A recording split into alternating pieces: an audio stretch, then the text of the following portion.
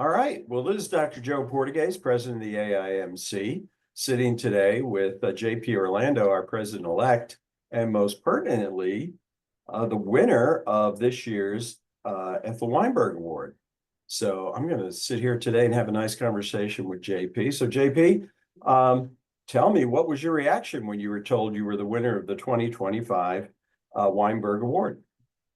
You know, um, Joe, I think it was, well, I was definitely honored and humbled. One of the things that I really, my reaction was, I mean, she was a trailblazer in a lot of ways, trailblazer for physician women, especially back in the 60s and 70s, when they were re-entering the workforce and, starting being one of the co-founders of emergency medicine, which is a huge discipline right now.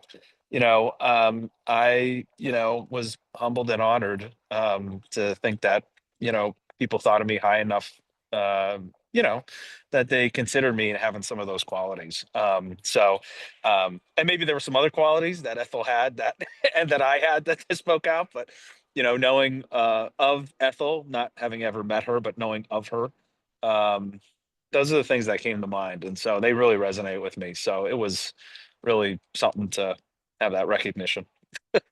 That's great. You certainly put a lot of thought into the address you gave at the AIMC dinner at our recent national meeting.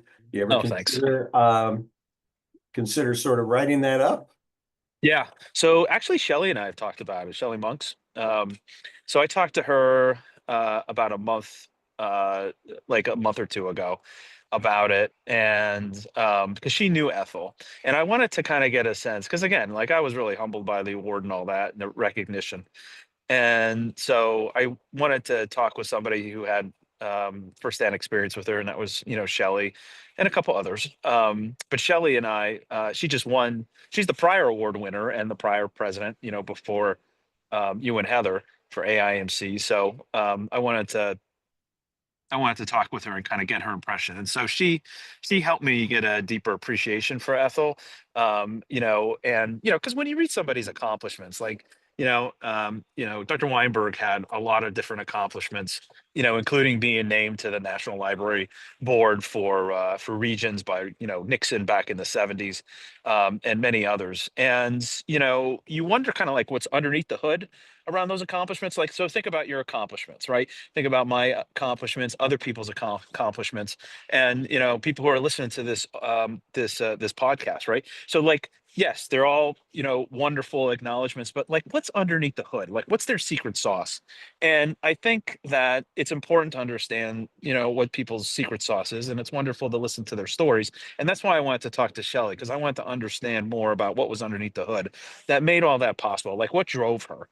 Um, and I think a lot of what I got out of that was around fairness, equity, especially when it comes to female physicians, and that she was a creator. Like, she liked to build. And one of the other things, which I think is such a great leadership quality, is two things. I mean, I can go on and on about this, but I'll boil it down to two things. Which is, one is that if when there was a need, uh, she acted on it, right? She saw a gap and she took action. Um, and I think there's a lot to be learned, from that and how she did it. And then number two is that, us as leaders, that to think about our positions, about like when we, how do we empower others, and how do we help make the lives better for others through our positions. And it was really those two things, like, to spoke to me when I listened to Shelley talk about her, that really, that told me more about who Ethel was, and what made up all of her accomplishments. And then, Joe, the same thing for like you, me, others who are listening to podcasts. It's kind of like, we have we have resumes, we have these accomplishments and all that, and what's our secret sauce to get there? And that is worth sharing. Those are ideas, like TED Talks. Those are ideas worth sharing. Well, Um, you did a great job, certainly. And to those Thanks. who weren't there, he really delved into how Dr. Weinberg advanced women in Yeah. medicine, advanced the specialty of emergency medicine, and so many other aspects of her Uh-huh. leadership. So I do hope the audience gets to see more of that. Yeah. Future. So Joe, can I Hey, ask you, a question? of course. So what would you say your secret sauce is? Meaning, like, you look at all, I mean, you're a well-accomplished person, and leader, recognized in the field, respected. I mean, like, what what do you see as helping you to, contribute to that over time? You're turning the tables on me here, JP. I'm supposed to be interviewing It is a you. podcast. It's Yeah. got, I think the biggest thing for me from the beginning, yeah. I'm a atypical general surgeon, more of an Hmm. introvert, as Hmm. you know from the session Deb and I did at another meeting. But in any case, servant leadership, I think, is the key. Yep. It's I think probably my CV is probably missing half the things I've done because I don't care. It's what's the next thing to do to Right. help somebody else be successful. Hmm. So maybe that's it for me. Yeah. Thanks for asking. Yeah, yeah, yeah, yeah. See, that's I mean, you know, that's worth sharing. You know what I mean? Because of you know, uh, to share our stories and to learn from others. There's an article coming out in a couple months from JGME. It's on how, like, us as leaders, we manage the cognitive and emotional overload sometimes we experience in our positions. And one of the things, long-term strategies, is conversing with our colleagues and learning about, their tips, their secret sauce that to help overcome different situations.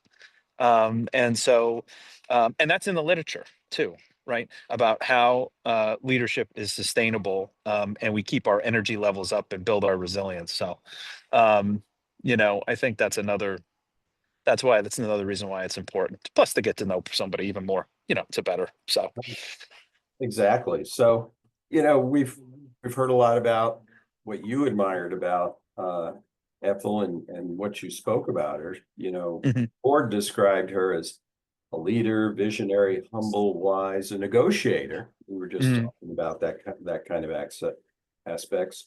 Um, which one of those descriptors do you think apply to you, or maybe mostly applies to you?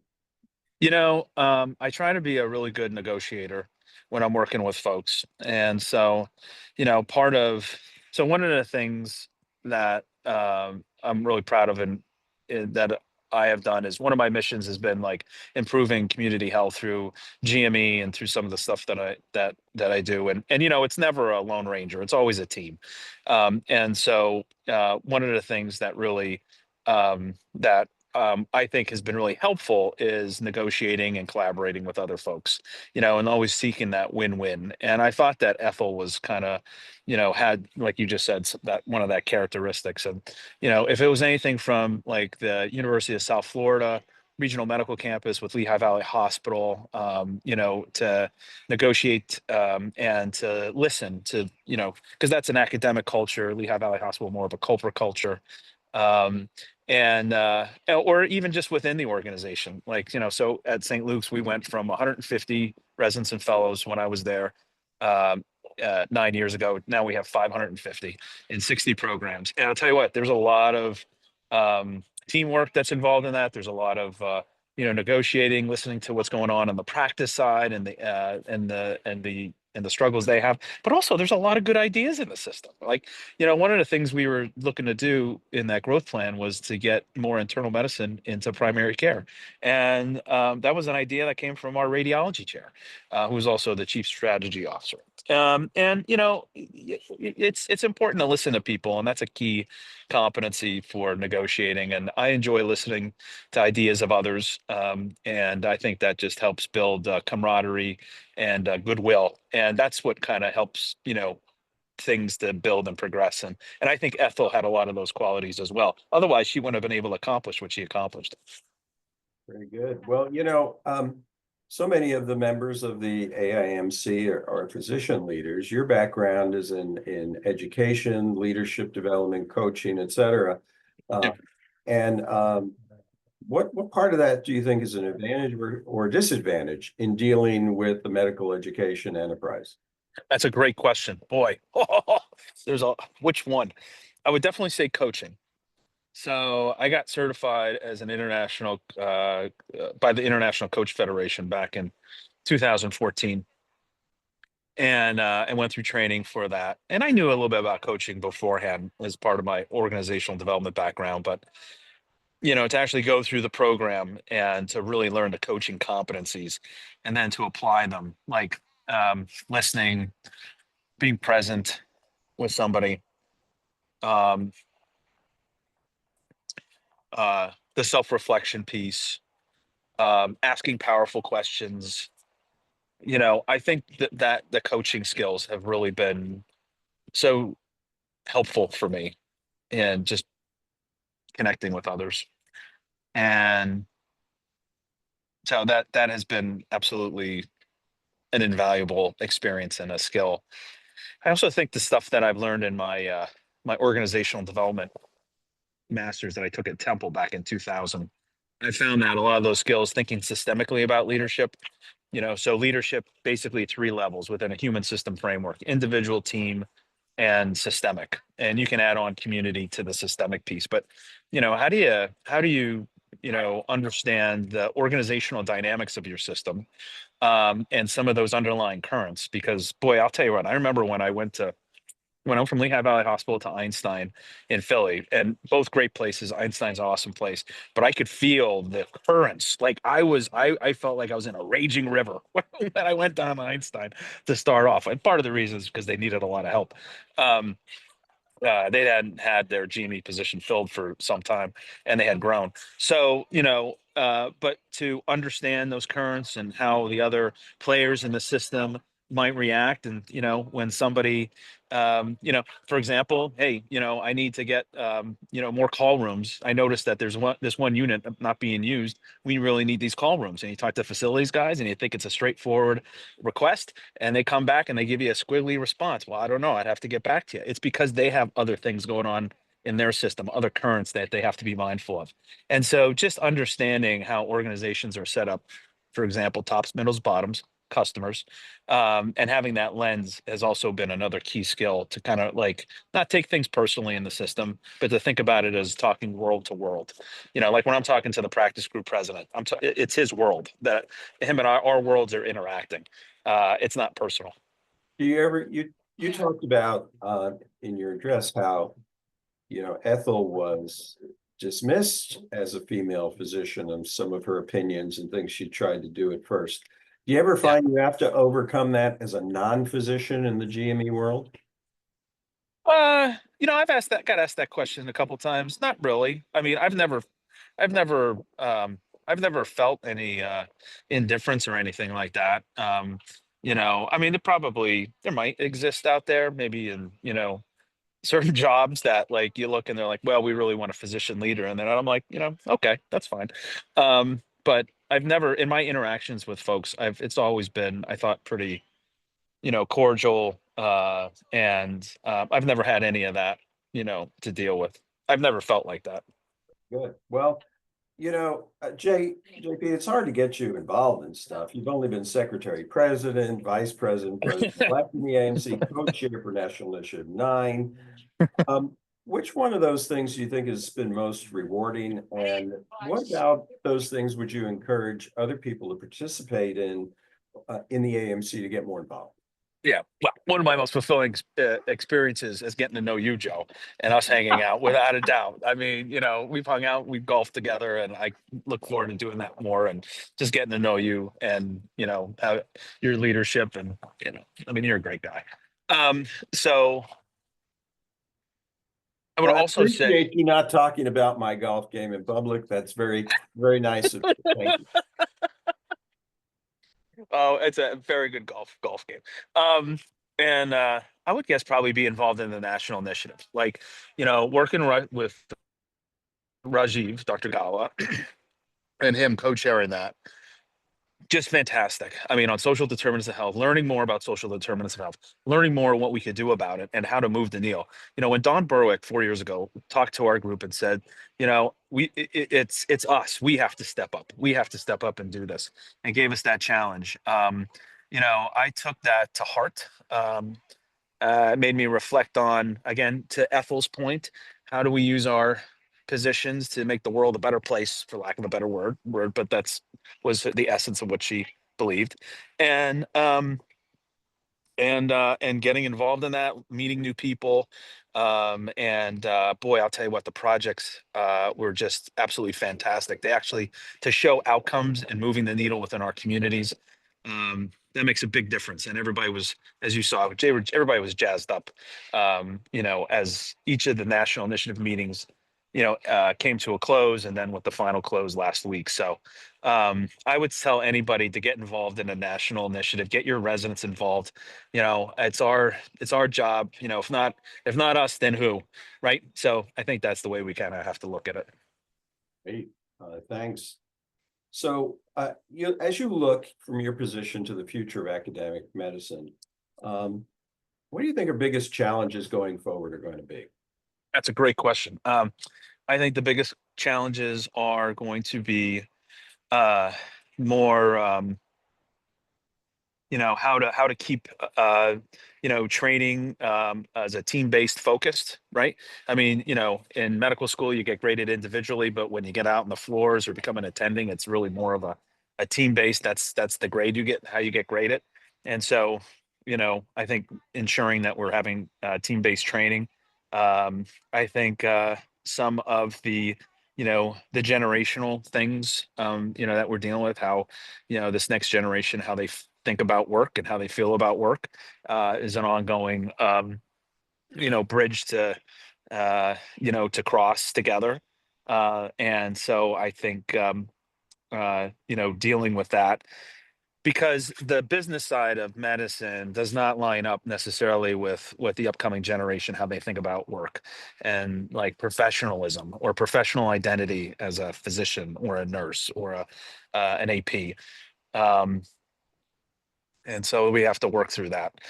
Uh, I think I think teaching hospitals are getting more like they want to own the supply chain for their workforce. So I know just at St. Luke's we're starting a College of Health, which is going to have all kind of like surgical tech programs, MA programs, all these different training programs to make sure the infrastructure supports what physicians do, what the nurses do, what the APs do, those things.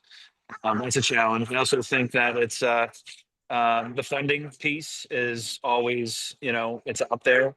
Um, and like you pointed out to me the other day, I mean, you have congressional, calls for antitrust breaches and like the match process. Like, and so like that's only gonna, happen more. Now that happened 20 years ago too. So, but like, who knows? Um, I don't know. What do you think? No, I think that's a great list, Uh-huh. and certainly our health system is pretty much the same way. We've had a health science college for a long time, and training those kinds of folks, surgical techs, anesthesia students, et cetera. And I think controlling the workforce development is definitely a big thing. So many big systems are starting their own colleges of medicine, Yeah. several of those, and not just affiliating with them. So I think you're spot on that, guy. So Yeah. I'm Well, glad and I you would, control. and I would just add, so I've been a part of the Penn Medical Education Master's Program for the last 10, 12 years. And so we'll have 30, 40, junior, physicians that come in, they want to be program directors or chairs or, vice chairs. And so one of the biggest thing I hear from them is around mergers and acquisitions, the corporatization of medicine, and this new concept that Tom Naska is going to be leading at ACGME around organizational professionalism. And so, there's so much stuff, as you know, Joe, that we don't see that's above us at the governmental corporate level. People are moving the chess pieces around and not really thinking about how it impacts patient care.